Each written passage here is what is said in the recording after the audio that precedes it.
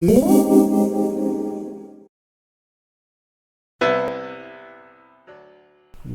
back, Gadgeteers. I thought today we would talk a little bit about the two premier distributions out there. Ubuntu, which is based on Debian, of course. And I know some of you want me to say Ubuntu, others want me to say Ubuntu. I guess it's a Midwest thing. I just call it Ubuntu. And of course, Linux Mint. And thankfully, there's really no other way to pronounce Mint, at least as far as I know. So I shouldn't get into too much trouble with that one. Linux Mint, of course, being based on Ubuntu, which of course is based on Debian, which is a distro that's been around since the 90s. So it's a very stable distribution, but it's not really cutting edge, and that's where Ubuntu came in. They basically turned Debian into a cutting edge desktop environment that you could use. Now, originally Ubuntu used the Unity desktop. Now they use the GNOME desktop that's been modified.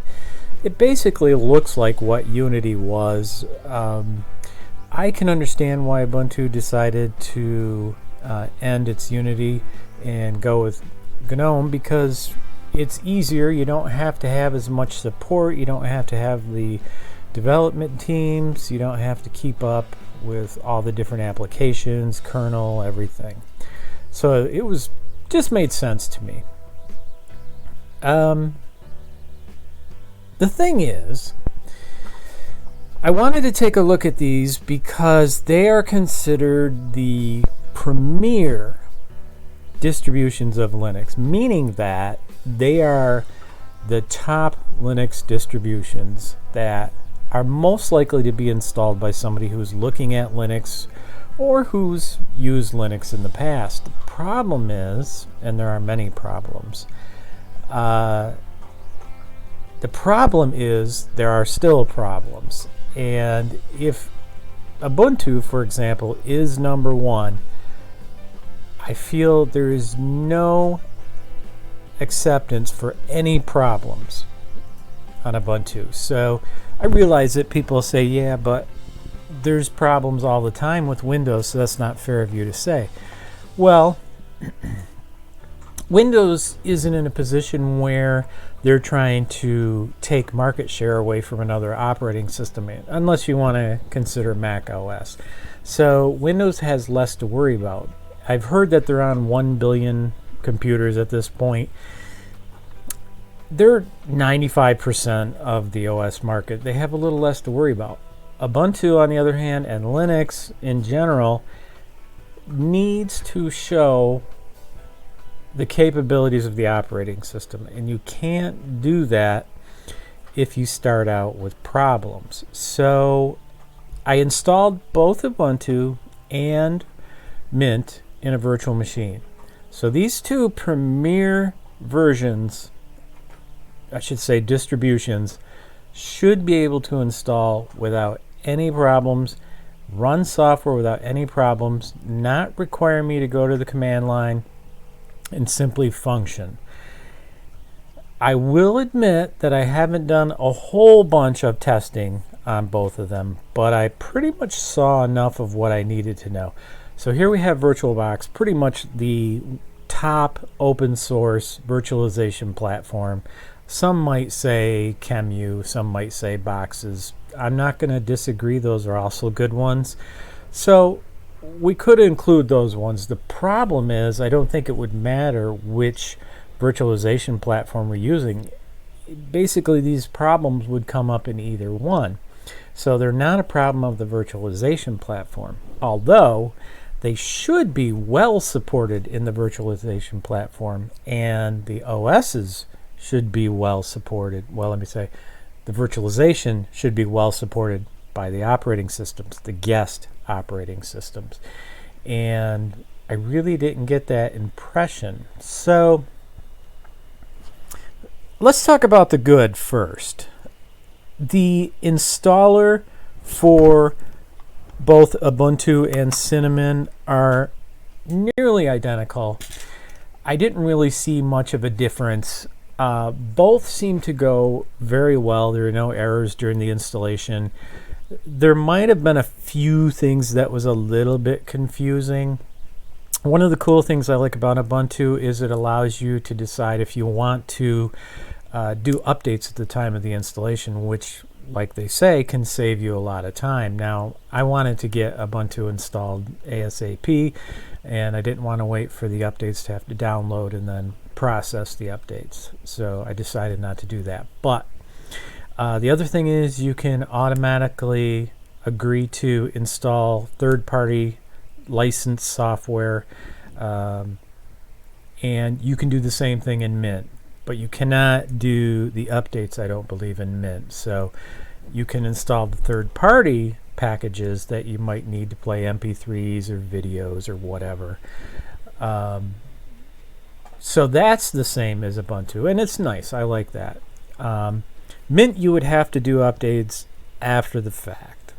So the installation went fine. Mint seems to me to be the faster of the two with installation. I definitely got a hint that it's going to be a distribution that will install quicker for you. Now, in the reading that I did about both Mint and Ubuntu, they say that Ubuntu has a bigger footprint both on your drive and in memory, and I haven't investigated that myself on my virtual machines, so I can only tell you that the installation of Ubuntu was longer, and I can't say how long specifically, but it seemed like 10, maybe 15 minutes longer, and I find that that's acceptable as long as the installer doesn't throw you for a loop or give you problems or issues. And again, it depends which hardware you're installing it on, but it seemed to go well. Now, with Ubuntu installed, looking at it, it really reminds me of the Mac OS. So if I start Firefox here, now I have this scaled to 125% of the screen at 1920 by 1080p with 100% scaling. It's really small. I don't believe that would be the case if I was running on actual hardware. So if I was to put this on my laptop, I think it would look good. However, if you look here, you can see that just like Mac OS, we actually have the menu structure here at the top for that particular application. Let's go ahead and run LibreOffice Writer. So again, they have this menu up here. I guess you could do new document and quit. I'm really not sure why they don't integrate the entire menu here, because let me hit cancel here. On a Mac OS, of course, all of these options here on the menu bar would actually be up here, which looks to me like it would save more room. But anyway, so it kind of has this feel of Mac OS.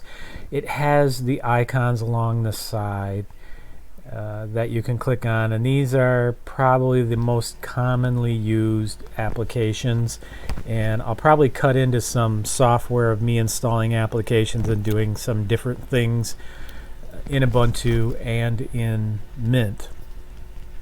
Mint, on the other hand, has a very Windows-like look. I think it's much cleaner. I like the menu system much better.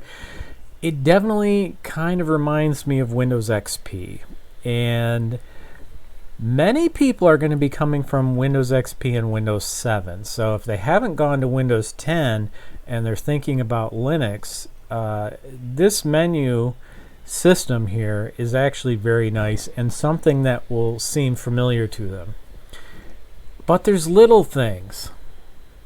Okay, go away. Case in point, we have Home here, which gives us the usual users folders. So if they make videos, it should go here, music would go here, and pictures and so on. But let's go up again. A user let me close this all together. Say when they click computer, I think what they're trying to do here is the same thing for Windows XP, My Computer, Windows 7 Computer. So we have the CD-ROM drive, we have the hard disk on the system, and the file system. So I don't feel like an end user is going to understand this kind of stuff. Hey, I can't get into my hard drive. What's wrong with it? Why is this happening?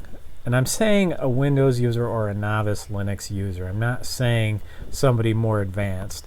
We click on the file system and they say, what is all this stuff? I need to delete this and clean things up. There is that possibility that they might do that. What about errors? So before we get on to that, Ubuntu is more Mac-like.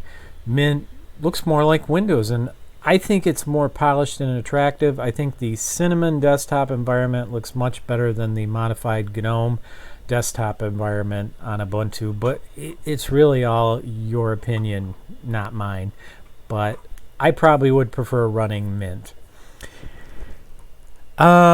One thing that Ubuntu does that kind of reminds me of Mac OS is they have tried to keep the look and the feel of their desktop the same over the years. So even when they were back on Unity, you can tell that when they modified GNOME, they did a lot of work on it to make it like Unity so that people who were used to Unity would feel confident in that desktop environment. So kind of like Mac OS, you know, there still is a learning curve, and if you were to run Ubuntu Linux, it's not very likely that you're going to be switching to a different version of Linux because you would become used to the interface and it would be very familiar to you, especially over a period of a year or two or even more, much like Mac OS. And a couple years back, I started using Mac OS, and still to this day, there are things where I scratch my head and say, why did they do that? So what else is good about Ubuntu? Well, package installation went really well. It was very simple, and I didn't have any problems doing package installs. I did get one error message on a game I tried to install. It's a Bash Shell RPG game. It said it wouldn't install, but it looked like it had installed. And those are the kind of things that personally I think are unacceptable for the premier #1 distribution in Linux. And it's supposed to be super refined. It has the best of private development with Canonical and other people that are contributing code as well. It has the Zoom client, which is a new thing if you want to participate in an online meeting. Zoom's the new thing, and I'm glad to see Ubuntu has that. Of course, officially Zoom doesn't have it. They only have it for Mac OS and Windows, so I thought that was really cool.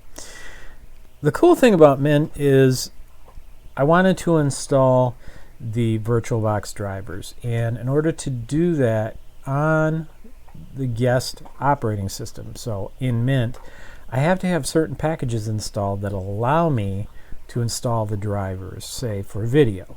Packages like GCC, the GNU-C compiler, the make package, and Perl.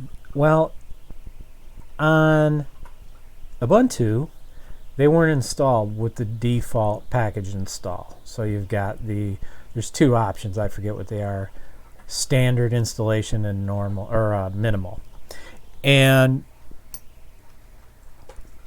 I guess I could have tried to do it in the store.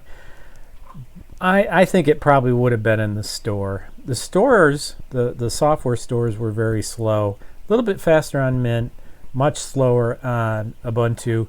If I didn't know better to wait forever because of my Linux system, which is running on Fedora, you can go get a cup of coffee and come back and the store will load. But if you go to another page on the store, you're out looking at games and you want utilities and you change, it takes forever. It's very frustrating, and I don't think a new user would stick around to, figure it out. They just say it's just blank. It stays blank. I don't know what's going on. Anyway, I went to the command line, and on Ubuntu, I had to install GCC, make, and Perl. So I had to install those packages before I could even install the VirtualBox drivers. You shouldn't have to go to the command line. If you're a basic user, they're not going to understand or know. Thank God the VirtualBox installer told me you need to go and install these packages. So I wrote them down, and then you exit out of the installer, you install them, and then you restart the installation process. Now on Mint, they did have the packages. However, every time I reboot my Mint desktop, it tells me that there's a problem with the video driver, and it wants to know if I want to do something about it. And if you click it, it gives you the option to go through and do the VBox Editions installation over again, which basically uninstalls the driver that's currently installed and then reinstalls the driver for VBox Editions. And it doesn't do any good. So you're kind of in an endless loop. You know, every time you boot up, it tells you there's a problem with your video driver. In the case of these virtual machines, all I can do is use the VirtualBox driver. But you can imagine if you are on an actual system and you get into this situation where you're in an endless loop and you're trying to install a driver and you find the right driver and you keep having problems and going through it and reinstalling. It would be a pain. And I don't feel like that should be an issue, but it is. Some messages were misleading. We talked about that, the VBox guest editions. The store loaded faster than Ubuntu. I thought that was good. I feel like Cinnamon is much more polished. I installed Kdenlive on both of my virtual machines, and this is interesting. I gotta show you this. So if I go and type in Kdenlive and run it, let me do this. I'm going to do view full screen. Okay, so notice when I click a menu, I see nothing but black here. And when I go to settings, nothing but black. It was okay initially, but I went into the settings, and what I wanted to do was change the background, the environment, to a dark screen, because when you're editing video, you know, it's just better to not have a bright white screen and have a darker screen so that you can see the colors correctly and the brightness in the actual video. You want this to be the primary source of light, which here is where the video would be playing, whatever video you're editing. So the funny thing is these menus are still active. So if I go down here to the bottom, which this is the only one I can remember by heart, and I click it, it quits out of Kdenlive. I haven't been able to fix it. I think that I could probably uninstall Kdenlive and reinstall it. That would be a pain in the butt. So you got a situation where all the user has to do is click one menu option and they screw up their entire installation of a package or possibly the desktop.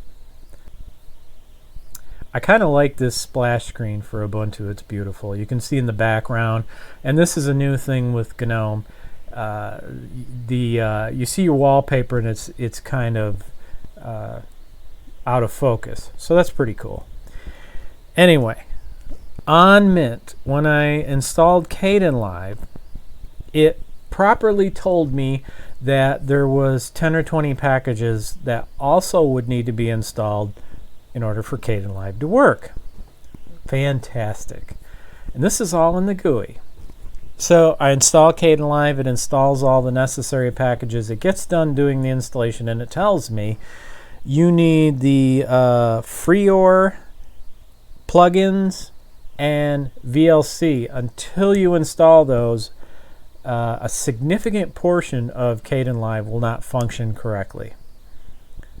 I thought, well, if they're packages that are needed for the software to function correctly, why aren't they installed at the same time as all those other packages that were required for Kdenlive?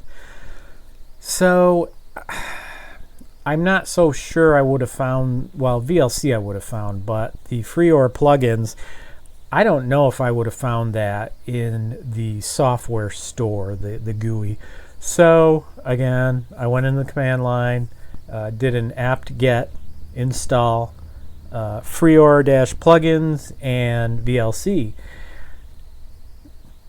That's fine for even somebody who's a reasonable level of user. But if they're novice, if they're starting out, they won't have any idea what they're supposed to do. And you know that if you are the one who recommended Linux to them, they'll be calling you because they want to know why they can't do these things. When I installed Kdenlive on Ubuntu, everything went perfectly. It did not tell me that it needed any additional packages like Mint did, and it did not tell me after installation that I actually needed any packages installed after the fact. So my whole thing is kind of getting away from my main point. I really expect the two premiered Linux distributions to be pretty much flawless. If they want to move in and take over part of the desktop market, if they're serious about it, which I don't believe they are, these would be perfect installations. The level of testing, and I realize that all the software that we have out there, there's so many different packages. You'd say, well, they can't possibly test for everything. Case in point, Ubuntu uses a different editor, video editor, by default. So you installed Kdenlive. So their whole attitude may be, well, you put it on yourself. But I really think that if we have any hope of getting inroads into the desktop environment, that's what's going to need to happen. I understand that Munich and Hamburg, they are going to go back to open source. And from what I read, it sounds like they're going to move the desktops to open source. I guess if I was setting up the desktops, I would lock everything down, so no access to the software store. Install only the packages you want them to use.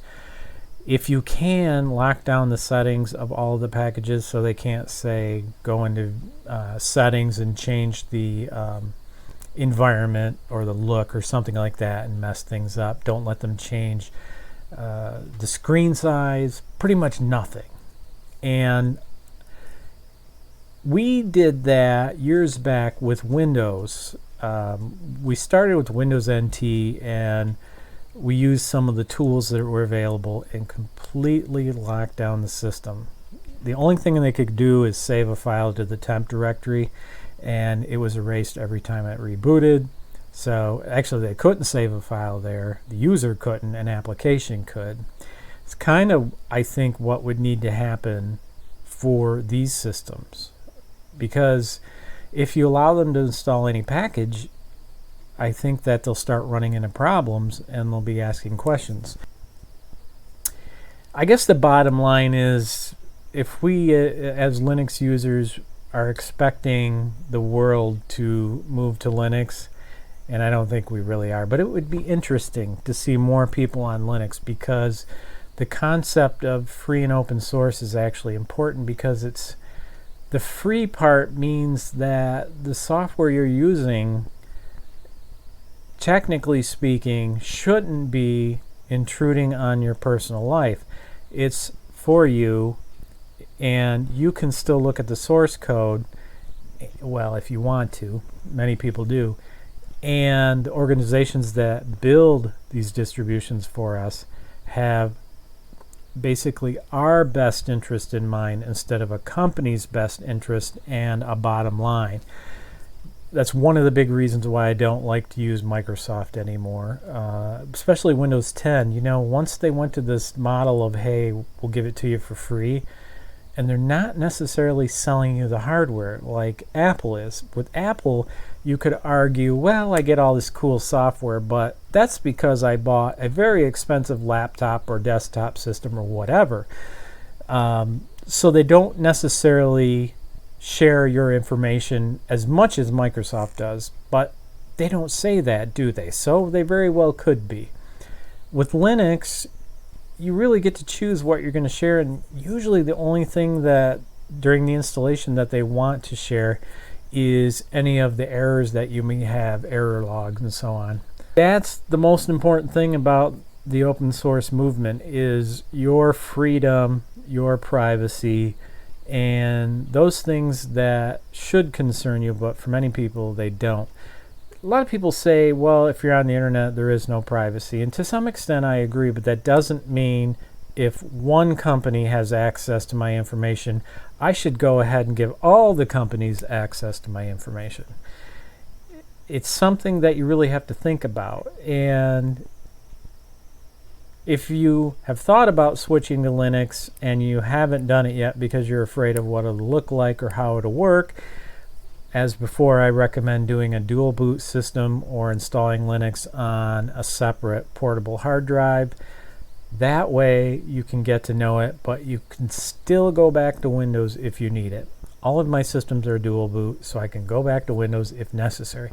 I haven't installed Windows, or rather I haven't been into Windows in some time, so it's not an issue for me. The more you're working in Linux, the easier it becomes, just like any other operating system. And I guess that's the one good thing about Ubuntu, that and the fact that my testing with software package installations seemed to go fine.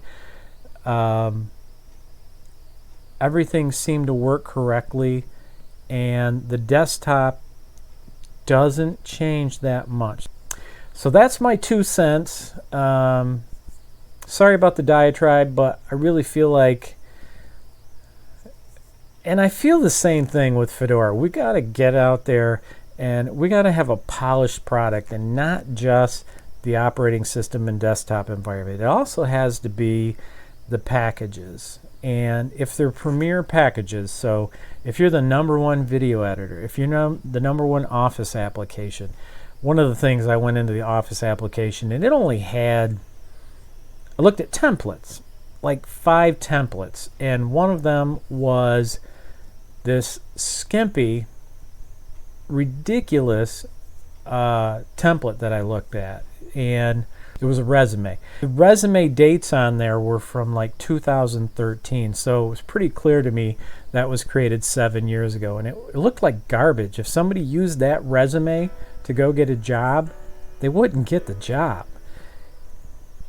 Are you the premier provider of Office applications for Linux? How long does it take to go and create some templates? You know, I don't know. All right, I think I've said all I need to say. I hope you enjoyed the video. If you did, like and subscribe. It does help me out.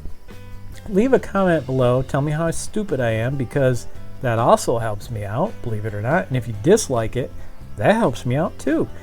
And if you really, really like it, go to patreon.com/fastgadgets and maybe join me for $1 a month. Thank you. This video was made possible with support from viewers like you. If you find this video useful, consider becoming a patron for as little as $1 a month at patreon.com/fastgadgets.